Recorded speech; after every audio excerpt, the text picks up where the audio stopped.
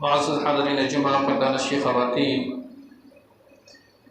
तमाम किस्म की तारीफ़ात बड़ाई किब्रियाई अल्लाह वहदहू ला शरीक के लिए लायक़ व ज़ेबा है, जिसने हमें आपको इस ज़मीन पर पैदा फरमाया,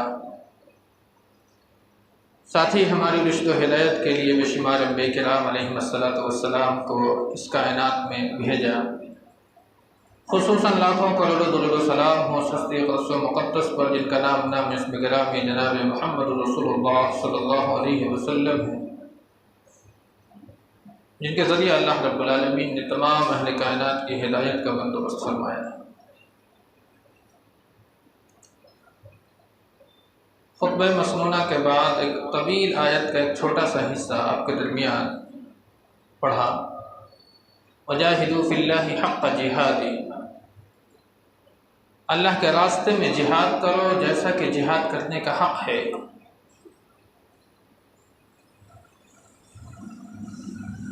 इसी आयत करीमा के ज़िमन में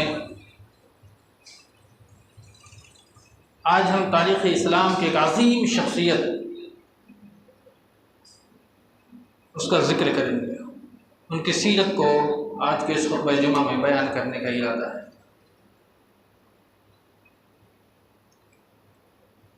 जिहाद की फजीलत कुरान और हदीस में बहुत ज़्यादा है।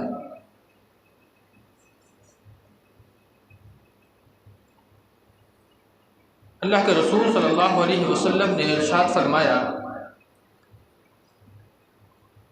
कि अगर किसी को अल्लाह रब्बुल आलमीन जन्नत में दाखिला दे दे और उसके बाद उससे कहा जाए कि तुम जन्नत से निकल कर दुनिया में चले जाओ, तो हम में से कौन है जो जन्नत से निकल करके दुनिया में आना चाहेगा? जवाब यकीनन ना में होगा। लेकिन एक जमात ऐसी है जिसे अल्लाह रब्बुल आलमीन अगर ये ऑफ़र दे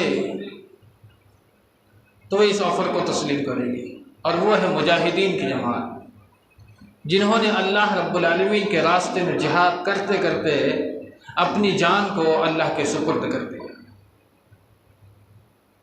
क्योंकि मुजाहिद की ख्वाहिश होती है कि एक बार नहीं 10 मरतबा भी मुझे दुनिया में भेजा जाए और मैं 10 मरतबा अल्लाह के रास्ते में लड़ते लड़ते शहीद होकर के फिर से अल्लाह के सामने आ जाए। क्योंकि ये मुजाहिद का जो मर्तबा अल्लाह रब्बुल आलमीन ने बयान फरमाया है, और जो अल्लाह रब्बुल आलमीन आखिरत में उनके साथ जिस तरीक़े का इनाम उनके लिए तैयार कर रखा है, जाहिर सी बात है हर मुजाहिद इस इनाम को पाने की कोशिश करता है। ख़ुद अल्लाह के रसूल सल्लल्लाहु अलैहि वसल्लम ने फरमाया कि मैं दुआ करता हूँ कि अल्लाह रब्बुल आलमीन मुझे दोबारा ज़िंदा में दुनिया में भेजे और मैं अल्लाह के रास्ते में क़िताल करते करते शहीद हो जाऊँ, फिर भेजा जाए, फिर क़िताल करते करते शहीद हो जाऊँ, फिर भेजा जाए, फिर मैं क़िताल करते करते शहीद हो जाऊँ। इसका मतलब है कि जिहाद की बड़ी फजीलत इस्लाम के अंदर में बयान की गई है। इसी जिहाद के ताल्लुक़ से इस्लाम के बड़े अजीम जर्नैल का ज़िक्र आज हम इस खुतबा में करेंगे, जिनका नाम हज़रत खालिद इब्न वलीद रज़ियल्लाहु ताला। हज़रत खालिद इब्न वलीद रज़ियल्लाहु ताला अन्हु, इनकी फ़जीलत का थोड़ा सा खाका पहले मैं आपके दरमियान रख दूँ। इनकी जो सिपह सालारी है और इनकी जो जंगी सलाहियत है, उसका लोहा तो उसी वक्त मान लिया गया था जब जंग उहद में अल्लाह के रसूल सल्लल्लाहु अलैहि वसल्लम ने एक कोने में, जिसे जबल ऐनैन कहा जाता है, वहाँ 50 तीर अंदाज़ों को मुकर्रर किया, जिनकी क़ियादत अब्दुल्लाह इब्न ज़ैद के हाथ में थी और कड़ा इंस्ट्रक्शन था अल्लाह के रसूल सल्लल्लाहु अलैहि वसल्लम का, कुछ भी हो जाए ये खेमा नहीं छोड़ना। बिलाखिर मुसलमानों ने बड़ी हिम्मत, बड़ी जमामर्दी से दुश्मनों का मुकाबला किया, दुश्मनों के पांव उखाड़ दिए मैदान जंग में, दुश्मन पीठ दिखा करके मैदान उहद से भागना शुरू कर दिया। फिर मुसलमान माल गनीमत की तरफ दौड़ पड़े। जब ये दौड़ता देख, ये जबल ऐनैन जिस पर अल्लाह के रसूल ने 50 तीर अंदाज़ों को मुकर्रर किया था, वो भी दौड़ पड़े। हालांकि अब्दुल्लाह इब्न ज़ैद जिनकी क़ियादत में वो 50 तीर अंदाज़ मुकर्रर किए गए थे, उन्होंने बार बार कहा कि नहीं नहीं, अल्लाह के रसूल सल्लल्लाहु अलैहि वसल्लम ने मना फरमाया है, हमें खेमा नहीं छोड़ना है। लेकिन चूँकि सहाबा ने अपने फ़हम से ये समझा कि ये हुक्म उस वक्त तक था जब तक दुश्मन से हमारी लड़ाई हो रही थी। बहरहाल जब वो खेमा छोड़ करके सहाबा माल गनीमत की तरफ लपके, तो भागते हुए दुश्मनों में भी खालिद इब्न वलीद रज़ियल्लाहु ताला अन्हु की नज़र उस खेमे पर पड़ी, जहाँ देखा कि मुसलमान उस खेमा को छोड़ता हुआ नज़र आ रहा है और उनकी जंगी सलाहियत इतनी अच्छी थी, इतना बेहतरीन फ़हम था उनके पास, बड़े मुदब्बिर से ये जर्नेल थे। उन्होंने कहा यहाँ से अगर हमला किया जाए तो हम मुसलमानों का बहुत ज़्यादा नुकसान कर सकते हैं, और उन्होंने एक फ़ौज लेकर के उसी कोने से हमला कर दिया और फिर मुसलमानों को उस जंग के अंदर में इतना अजीम खमियाजा भुगतना पड़ा। आप अगर तारीख़ पढ़े हों तो आप समझ सकते हैं, क्योंकि हमें उसकी तफसील में इस वक्त नहीं जानती। तो उसी वक्त खालिद इब्न वलीद रज़ियल्लाहु ताला अन्हु की जंगी जो सलाहियत थी, जो उनका फ़हम था, उसको लोगों ने समझा, जाना, उसका लोहा माना। और ये उभर कर उस वक्त सामने आया जब इस्लाम की एक जंग, जिसे जंग मूता कहा जाता है, उस जंग में खालिद इब्न वलीद रज़ियल्लाहु ताला अन्हु को जो मकाम, जो मर्तबा हासिल हुआ, वो वहीं से उनकी कामयाबी आगे बढ़ती चली गई। हुआ कुछ यूँ था कि अल्लाह के रसूल सल्लल्लाहु अलैहि वसल्लम ने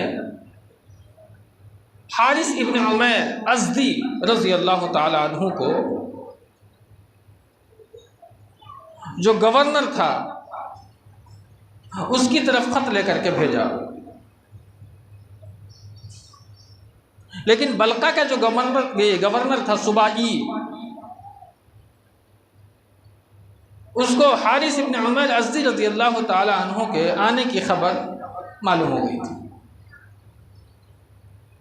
अब जैसे ही बल्का शहर के मूता मकाम पर पहुँचे, उस सुबाबिल के जो सिपा सालार थे, उनके जो फ़ौज थे, उन्होंने हारिस इब्न उमैर अज़दी को गिरफ़्तार कर लिया और ले जा कर के उन्हें कत्ल कर दिया। अल्लाह के रसूल सल्लल्लाहु अलैहि वसल्लम को जब इस वाक़या का इल्म हुआ तो आप बड़े रंजीदा हुए, बड़े गमज़दा हुए, चूँकि कोई आम सहाबी नहीं थे, बहुत बड़े सहाबी हैं हारिस इब्न उमर अज़दी, बहुत बड़े सिपहसालार थे इस्लाम के। बड़े रंजीदा और बड़े गमज़दा हुए अल्लाह के रसूल सल्लल्लाहु अलैहि वसल्लम। और इसी इसना में मुल्क शाम में 15 अफराद पर मुश्तमिल सहाबा की जमात जो दावत व तबलीग के काम में मसरूफ़ थी, इन बदमाशों ने उन 15 सहाबा रज़ी अल्लाहु अन्हुम अजमईन को धोखा दे करके उन्हें भी कत्ल कर दिया। और जब ये ख़बर अल्लाह के रसूल सल्लल्लाहु अलैहि वसल्लम को पहुँची तो और भी ज़्यादा मलाल हुआ। उसके बाद आप सल्लल्लाहु अलैहि वसल्लम ने एक टीम बनाई। आपने एक टीम बनाई और उस टीम की क़ियादत किसे दी? हारिस इब्न ज़ैद रज़ी अल्लाहु ताला। और आपने उस टीम को कहाँ भेजा? मोता, जाओ लड़ो, क्योंकि हमें बदला लेना है। सहाबा की जो कुर्बानियाँ हैं उसको ऐसे ही थोड़ी छोड़ देना है। और आप सल्लल्लाहु अलैहि वसल्लम ने बहुत ज़बरदस्त हिदायत दी। क्या दी? कि जंग मोता के मकाम पर जब आप पहुँचे तो मोता जहाँ हारिस इब्न उमैर अज़दी रज़ी अल्लाह ताला अन्हु को गिरफ्तार किया गया था, उसी मकाम पर आपको पड़ाव डाला। और मकाम कौन था? मोता का मकाम था। और आपने फरमाया कि मैदान जंग की जो क़यादत है वो हारिस इब्न ज़ैद के हाथ में है। और आप सल्लल्लाहु अलैहि वसल्लम ने एक सफ़ेद झंडा बनाया और ये झंडा हारिस इब्न ज़ैद के हाथ में थमा दिया। और अपने फरमाया कि मैदान जंग में अगर लड़ते लड़ते ये हारिस इब्न ज़ैद अगर शहीद हो जाएं तो ये झंडा जाफ़र इब्न अबी तालिब संभालेंगे। जाफ़र इब्न अबी तालिब रज़ी अल्लाह ताला अन्हु अगर लड़ते लड़ते उस मैदान जंग में शहीद हो जाएं तो ये झंडा अब्दुल्ला इब्न रवाहा संभालेंगे। अब जानते हैं ना अब्दुल्ला इब्न रवाहा को, बड़े अजीम सहाबी हैं। मैं थोड़ी सी बात उनके ज़िम्मन में बतलाता हूँ। अब्दुल्ला इब्न रवाहा को एक बादशाह ने कैद कर लिया और उनके साथ बहुत सारे सहाबी भी थे। और अब्दुल्ला इब्न रवाहा को बहुत लालच दी गई, मैं तुम्हें तख्त व ताज का मालिक बना दूंगा, हुकूमत अता कर दूंगा, अपनी बेटी से शादी करवा दूंगा, दीन इस्लाम से फिर जाए। अब्दुल्ला इब्न रवाहा अपने कदम को नहीं हटाए, इस्लाम पर कारआमद रहे, गामज़न रहे, ईमान देखें। फिर उन्होंने बहुत बड़ा हांडी, उसमें तेल खौलता हुआ एक सहाबी को उसमें डाल दिया। अब्दुल्ला इब्न रवाहा ने जब अपने साथी को देखा उबलते हुए, आंख से आंसू छलक पड़े। बादशाह ने देखा कि लगता है अब्दुल्ला इब्न रवाहा पसीज रहा है, अब ये हमारी शर्त को मान लेगा। पूछा, क्या अब्दुल्ला इब्न रवाहा आप तो तैयार हो? कहा कि नहीं। तो फिर रो क्यों रहे हो? कहा इसलिए रो रहा हूँ कि अल्लाह ने एक ही जान दी है, अगर 100 जानें ऐसी देती तो मैं अल्लाह के लिए 100 जानों को कुर्बान कर देता। ये है अब्दुल्ला इब्न रवाहा रज़ियल्लाहु ताला। अल्लाह के रसूल ने फरमाया कि जाफ़र इब्न अबी तालिब अगर शहीद कर दिए जाएं तो अब्दुल्ला इब्न रवाहा कौम का सिपह सालार बनेगा, उसकी क़यादत में जंगें लड़ी जाएंगी। और अब्दुल्ला इब्न रवाहा भी शहीद कर दिए जाएं तो मुजाहिदीन की जो जमात है वो अपना एक अमीर मुंतखब कर लेंगे। और एक और हिदायत दी। क्या दी? देखो मुसलमानों, जंग के लिए जा रहे हो, लेकिन याद रखना किसी बूढ़े, बच्चों को, औरतों को कत्ल मत करना, किसी इमारत को मुनहदिम मत करना, किसी दरख्त को मत काटना, कोई राहिब अगर किसी गोशा में बैठा हुआ है उसे भी कत्ल मत करना। ये सारी हिदायत को मद्देनज़र रखना। और ये हिदायत दे करके वो लश्कर जब शहर बल्का पहुंचा तो मालूम हुआ कि उन लोगों ने, जो हिरकल की टीम थी, इन मुट्ठी भर मुसलमानों के मुकाबले में एक बड़ी अजीम लश्कर तैयार कर रखी थी लड़ने के लिए। कितनी? 3000 पर मुश्तमिल जमात सहाबा की, सामने 2 लाख। जब सहाबा को बल्का पहुंचते ही खबर मिली, ये जो बादशाह है इसने हमारे लिए पूरी तैयारी कर रखी है, तो इन्होंने बल्का से रास्ता काटते हुए मुता के मकाम पर पहुंच गए। जब वहां पहुंचे, जंग शुरू हुई। हारिस इब्न ज़ैद रज़ी अल्लाह तआला अन्हु मैदान जंग में इस तरीके से लड़ाई की, दुश्मनों की सफ में घुस गए। 2 लाख सामने 3000, तो ऐसा मालूम होता गोया आटे में नमक किसी ने छिड़क दिया। लेकिन हिम्मत, शुजाअत और बहादुरी देखे सहाबा की, और ईमानी जज्बा देखे। किस मकाम पर ईमान रहा होगा कि 2 लाख के मुकाबले में ये लोग लड़ने को तैयार हो गए। आज का मुसलमान होता तो सुन करके ही मैदान छोड़ करके भाग जाता। लेकिन कैसी तरबियत थी नबी की, कैसे सींचा था उन सहाबा को, कैसे बनाया था इस्लाम का अजीम सिपाहसालार, अजीम सिपाही। ये सब तारीख़ पढ़ने से पता चलता है कि वाकई अल्लाह के रसूल सल्लल्लाहु अलैहि वसल्लम ने 23 साल मुद्दत में कभी चैन की नींद नहीं सोई होगी। अगर आप सोने में अपने औकात को गुजार दिए होते तो ये जानिसार सहाबा कहाँ से तैयार होते? नहीं तैयार हो पाते। हारिस इब्न ज़ैद दुश्मनों की सफ में लड़ते लड़ते दुश्मनों को ऐसे काटा गया कि मौरख़ीन लिखे कि गाजर मूली को जैसे लोग काटते हैं, ऐसे हारिस इब्न ज़ैद काटते हुए निकल जा रहे थे। बिलाखिर मैदान जंग में वो शहीद हो गए। लेकिन झंडा नहीं गिरने दिया जाफर इब्न अबी तालिब ने, झंडा संभाल लिया। जाफर इब्न अबी तालिब ने फिर उसी जमा मर्दी और शुजाअतमंदी के साथ, जैसे हारिस इब्न ज़ैद ने लड़ा, आपने भी वैसे ही लड़ा। फिर दुश्मनों के एक वार से आपका एक हाथ कट गया। आपका हाथ कट जाए, मामूली एक उंगली कट जाए तो आप लड़ेंगे? नहीं लड़ेंगे।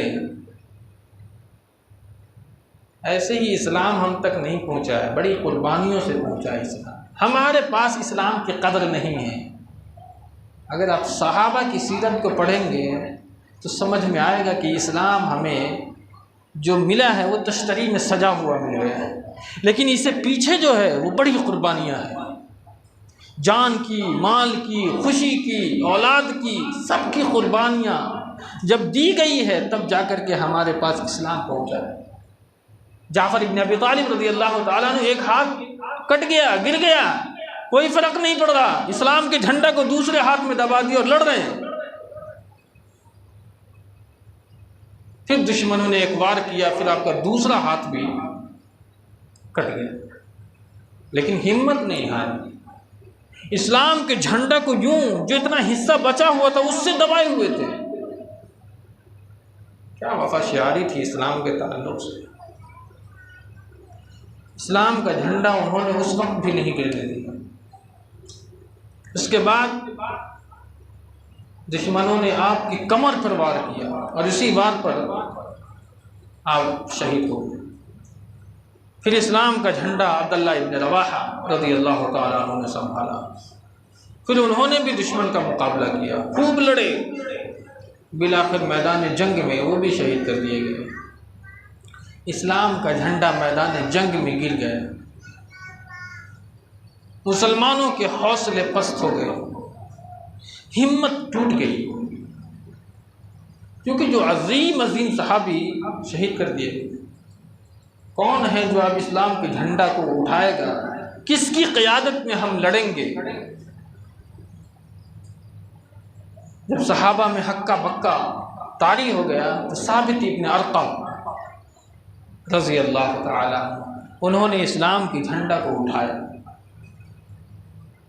और साबित इब्न अरक़म ने झंडा उठा करके कहा, ए खालिद इब्न वलीद, यहाँ आए। और उस वक्त हज़रत खालिद इब्न वलीद के हाथ में उन्होंने कहा कि ये इस्लाम का झंडा आप अपने हाथ में उठाएं।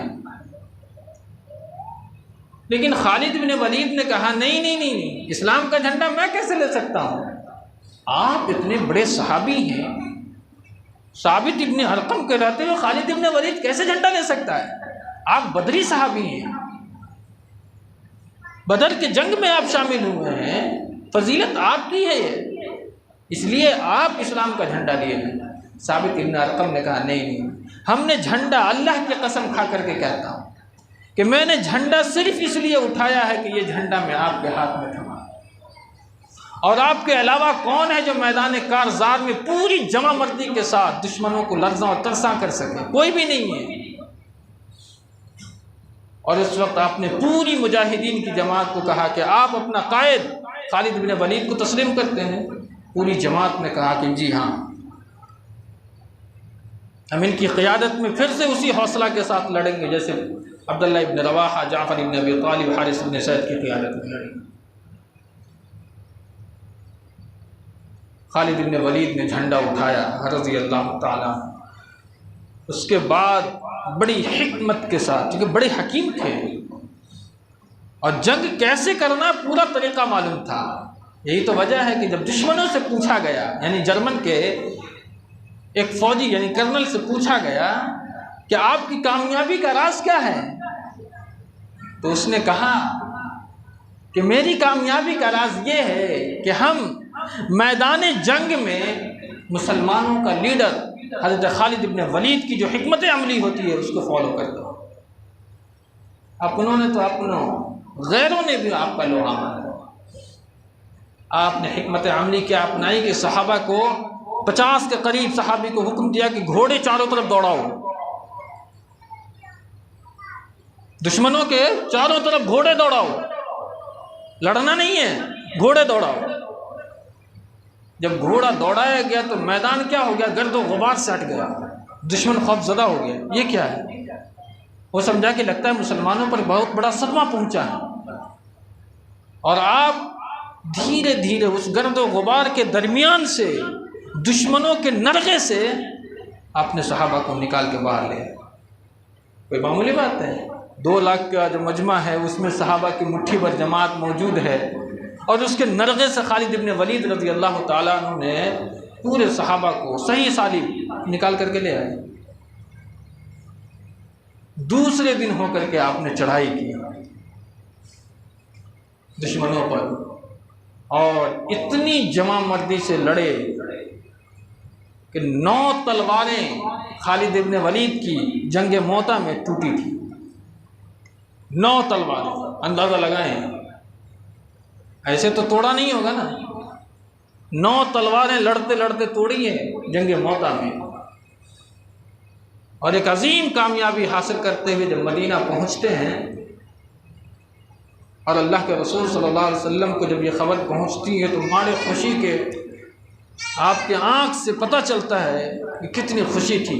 अल्लाह के रसूल सल्लल्लाहु अलैहि वसल्लम आपका ज़ोरदार इस्तकबाल किया गया, और बुखारी की रिवायत के मुताबिक इसी जंग के बाद अल्लाह के रसूल ने ख़ुद खालिद इब्न वलीद को सैफुल्लाह का खिताब किया था, अल्लाह की तलवार। ये है खालिद इब्न वलीद की जंगी सलाहियत। खालिद इब्न वलीद जब इतने बड़े जमामर्द और शुजाअतमंद बहादुर थे, इतने बड़े सिपाही थे, तो दिल में यह ख्याल पैदा होता है कि आखिर इस्लाम के लाने से कबल ये कैसे थे? उनकी भी तो ज़िंदगी कुछ हमारे दरमियान होनी चाहिए। आखिर इस्लाम से पहले कहाँ थे, कैसे परवरिश पाई, कैसे इस्लाम की दौलत से माला माल हुए? तो हम सिर्फ एक वाक़या बयान करेंगे और बाकी इंशाअल्लाह अगले जुमा के अंदर में बयान करेंगे। खालिद बिन वलीद रज़ी अल्लाह ताला अन्हु खुद फरमाते हैं कि मेरे इस्लाम लाने का वाक़या क्या है? वो ये है कि मैं मुसलमानों के ख़िलाफ़ कई जंगों में अल्लाह के रसूल और मुसलमानों के ख़िलाफ़ शिरकत की, लेकिन हर जंग में मेरे क़ल्ब पर, मेरे दिल पर एक रोब सा तारी हुआ मोहम्मद रसूलुल्लाह सल्लल्लाहु अलैहि वसल्लम। लेकिन चूँकि तो हम तो इस्लाम के मुखालिफ तो ध्यान दिए नहीं, एक मरतबा अल्लाह के रसूल सल्लल्लाहु अलैहि वसल्लम जंग के मैदान में मुसलमान को ज़ोहर की नमाज़ पढ़ा रहे थे, तो सोचा मौका बड़ा अच्छा है, हमला कर देते हैं। लेकिन जैसे ही मैंने हमला का इरादा किया, लगा कि कोई ऐसी ताकत है जो हमारे कदम को रोक रही है, ये खुद उनकी ज़बानी है। फिर उसके बाद उसी मैदान जंग में अल्लाह के रसूल ने असर की नमाज जमात के साथ सहाबा को पढ़ाई। फिर ख्याल हुआ क्यों ना हमला कर दें, लेकिन फिर देखा कि मुझे मेरे कदम को कोई रोक रहा है। दिल में एहसास पैदा हुआ कि नहीं, लगता है ये कोई आम आदमी नहीं है, लगता है करीब एक बहुत बड़ी दुनिया पर गलबा अता करेगा। और वो फरमाते हैं कि उसके बाद से ही हमारे कल्ब के ऊपर में इस्लाम की जो मोहब्बत है वो तारी होने लगी, मैं इस्लाम से सरशार होने लगा। लेकिन फिर भी अभी वो नौबत नहीं आई। मक्का में बैठ कर ख्याल करने लगा क्या करूं क्या ना करूं, यहूदी हो जाऊं, ईसाई हो जाऊं, या हिरक़ल के पास जा कर के वहीं कोई काम करने लगूं, या फिर किसी आदमी मुल्क में चला जाऊं। ये सब सोच ही रहा था कि मेरे हाथ में एक ख़त मिला जो मेरे भाई का ख़त था। खालिद इब्न वलीद के भाई ईमान ला चुके थे। खालिद इब्न वलीद रज़ी अल्लाह ताला अन्हु ने जब वो ख़त खोला तो भाई का ख़त देखा, पढ़ने लगे।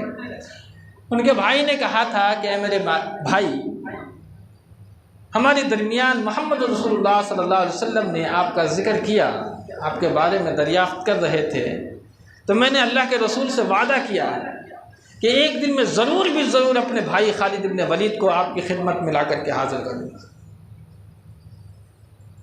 हज़रत खालिद बिन वलीद फरमाते हैं कि मुझे उस वक्त खुशी हुई कि वाकई लगता है कि हमें भी मोहम्मद रसूलुल्लाह सल्लल्लाहु अलैहि वसल्लम बुला रहे हैं। मैंने नबी से वादा किया है कि मैं एक दिन अपने भाई को आपकी खिदमत में लाऊँगा, चूँकि मेरा इतना ज़हीन, इतना फ़तीन, इतना लायक भाई इस्लाम जैसी दौलत से कैसे दूर रह सकता है। अब यह ख़त मैंने पढ़ करके सो गया, तो ख्वाब में एक देखा कि मैं एक बहुत ही घटाटोप तारीक अंधेरों की अंधेरी वादी से निकल करके एक सरसब्ज़ शादाब और लहलहाते हुए बाग की तरफ जा रहा हूँ। यह ख्वाब देखा और उसके बाद जब सुबह हुई तो इरादा फरमाया चलते हैं इस्लाम कबूल कर लेते हैं। अल्लाह रब्बुल आलमीन कैसे दिलों को फेरता है, या मुक़ल्लिबल क़ुलूब सब्बित क़ल्बी अला दीनिक। निकले तो दिल में सोचा कि अकेले कैसे जाऊं मदीना, किसी साथी को तलाशता हूँ। तलाशे तो रास्ते में मिले कौन, उस्मान इब्न अबी तलहा रज़ियल्लाहु ताला। खालिद बिन वलीद ने अपना इरादा उस्मान इब्न अबी तलहा से जाहिर किया कि मैं जा रहा हूँ मदीना, मोहम्मद सल्लल्लाहु अलैहि वसल्लम के दीन को कबूल करूँगा, उनके हाथ पर बैत कर लूँगा। एक ज़र्रा के बराबर भी उन्होंने तवक्कुफ़ नहीं किया, चल पड़े वो भी, मैं भी चलता हूँ। दौरान सफ़र एक और शख्सियत से मुलाकात हुई, मालूम है कौन, इस्लाम का अजीम नाम है वो, अमर इब्न आस रज़ी अल्लाह ताला। उनसे मुलाकात हो गई दौरान सफ़र। पूछा कहाँ जा रहे हैं, कहा कि आप कहाँ जा रहे हैं। तो हज़रत खालिद इब्न वलीद ने कहा कि सोचा मोहम्मद रसूलुल्लाह सल्लल्लाहु अलैहि वसल्लम से मुलाकात करूँ और दीन इस्लाम को कबूल कर लूँ। आप किस इरादे से, कहा कि मैं भी इसी इरादे से निकला। चले, ये तीन शख्सियत उस्मान इब्न अबी तलहा, खालिद इब्न वलीद, अमर इब्न आस, नुमाया नाम है इस्लाम में इन तीनों सहाबी का। पहुँचे अल्लाह के रसूल सल्लल्लाहु अलैहि वसल्लम के पास। नबी ने खालिद इब्न वलीद को देख करके मुस्कुराने लग गए और उस वक्त हज़रत खालिद इब्न वलीद ने आगे बढ़ करके कलमे हक़ ला इलाहा इल्लल्लाह मुहम्मद रसूलुल्लाह सल्लल्लाहु अलैहि वसल्लम पढ़ा, दायरे इस्लाम में दाखिल हुए, आपके हाथ पर बैत की और अल्लाह के रसूल से कहा कि आप हमारे लिए दुआ कर दीजिए, इसलिए कि खालिद की तलवार हमेशा मुसलमानों के लिए, मुसलमानों के ख़िलाफ़ निकलती रही, मुसलमानों के दीन में रुकावट बनती रही, अल्लाह से मेरे लिए दुआ कर दीजिए। अल्लाह के नबी ने फरमाया खालिद घबराने की ज़रूरत नहीं है, इन्नल इस्लाम ला यहदिमु मा कान क़ब्लहु, कि इस्लाम लोगों के गुनाह को ऐसे मुनहदिम कर देता है जैसा कि उसने कोई गुनाह ही नहीं किया। दौरे जाहिलियत के जितने भी काम हैं अल्लाह ने माफ़ कर दिए। कहा कि नहीं नहीं अल्लाह के रसूल, फिर भी हमारे लिए आप दुआ फरमा दें। फिर अल्लाह के नबी ने फरमाया, ऐ अल्लाह खालिद इब्न वलीद को बख्श दे, ऐ अल्लाह खालिद इब्न वलीद पर रहम फरमा दे। ये दुआ है अल्लाह के रसूल सल्लल्लाहु अलैहि वसल्लम की हज़रत खालिद इब्न वलीद रज़ी अल्लाह तआला अन्हु के ताल्लुक़ से। उसके बाद से कई मारते हुए इंशाअल्लाह आने वाले जुमा के अंदर में इसकी तफसील बयान की जाएगी। बाकी ताला खुदा रब्बुल आलमीन हमें आपको नेक अमल की तौफीक दे। आमीन। आखिर दाअवाना